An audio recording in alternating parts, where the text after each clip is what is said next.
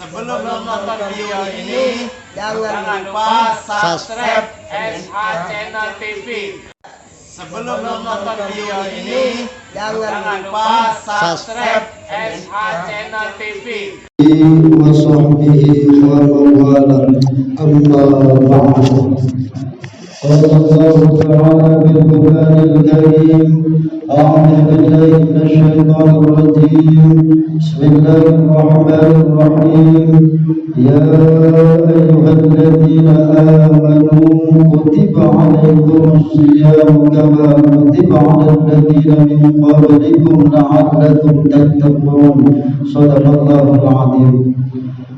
Hadirin jemaah Masjid Baitul Ghaffar yang mudah-mudahan kita semua mendapatkan rahmat dan maghfirah dari Allah Subhanahu wa taala.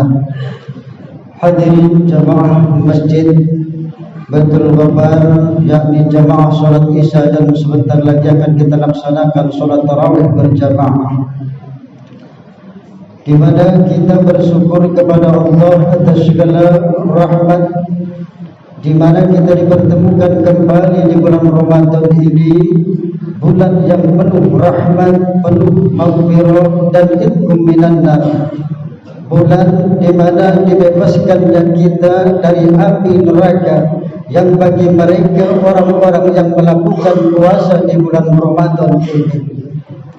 Makanya kata Nabi, man fariha bi dukhuli Ramadan harramallahu jasadahu 'ala niran. Barang siapa yang bergembira dengan datangnya bulan Ramadan, Allah haramkan jasadnya dimakan oleh api neraka. Baru saja kita gembira dengan datangnya bulan Ramadan ini, maka jasad kita diharamkan oleh Allah dimakan oleh api neraka. Apalagi kita melaksanakan apa yang ada di dalamnya, yakni tentang puasa. Karena puasa inilah diwajibkan bagi kita orang-orang yang beriman. Allah Subhanahu wa taala berfirman, ya ayyuhalladzina amanu, hai orang-orang yang beriman. Bukan Allah memanggil ya ayyuhan nas, tapi ya ayyuhalladzina amanu, hai orang-orang yang beriman. Siapa mereka orang-orang yang beriman ini? Tentu kita yang hadir di sini, di masjid ini, tentu kita adalah orang-orang yang beriman.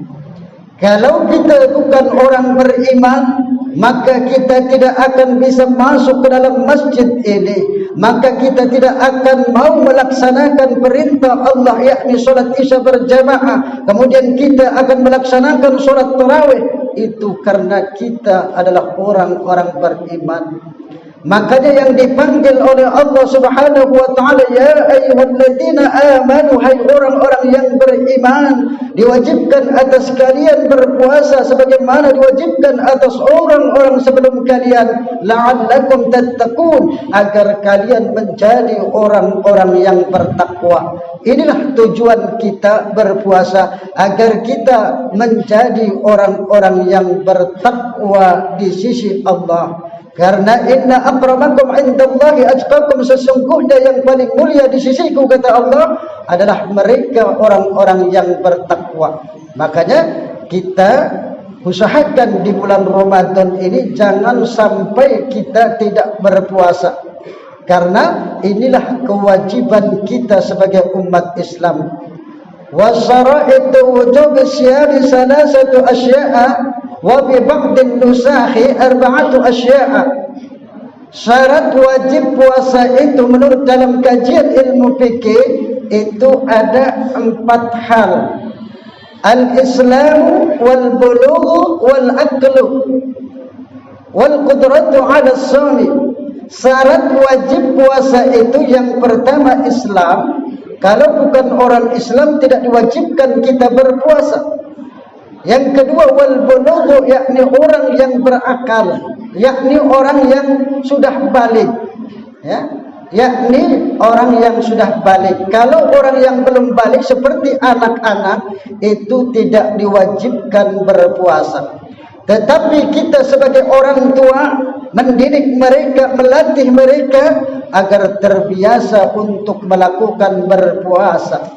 Dari muda sampai tua, kita didik anak kita itu agar mereka kelak kalau sudah balik, mereka kalau sudah dewasa, mereka terbiasa untuk melakukan puasa di bulan Ramadan ini. Lalu yang ketiga, wal aqlu, orang yang berakal.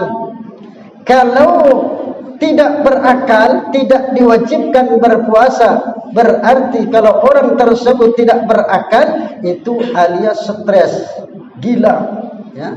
Karena syarat wajib puasa itu termasuk orang yang berakal. Makanya dalam hadis rufi'al qalamu an salasin, penah itu diangkat dari 3 orang ini, tidak dicatat. Yang pertama, al-majnunu hatta yafiqa, orang gila sampai ia sadarkan diri.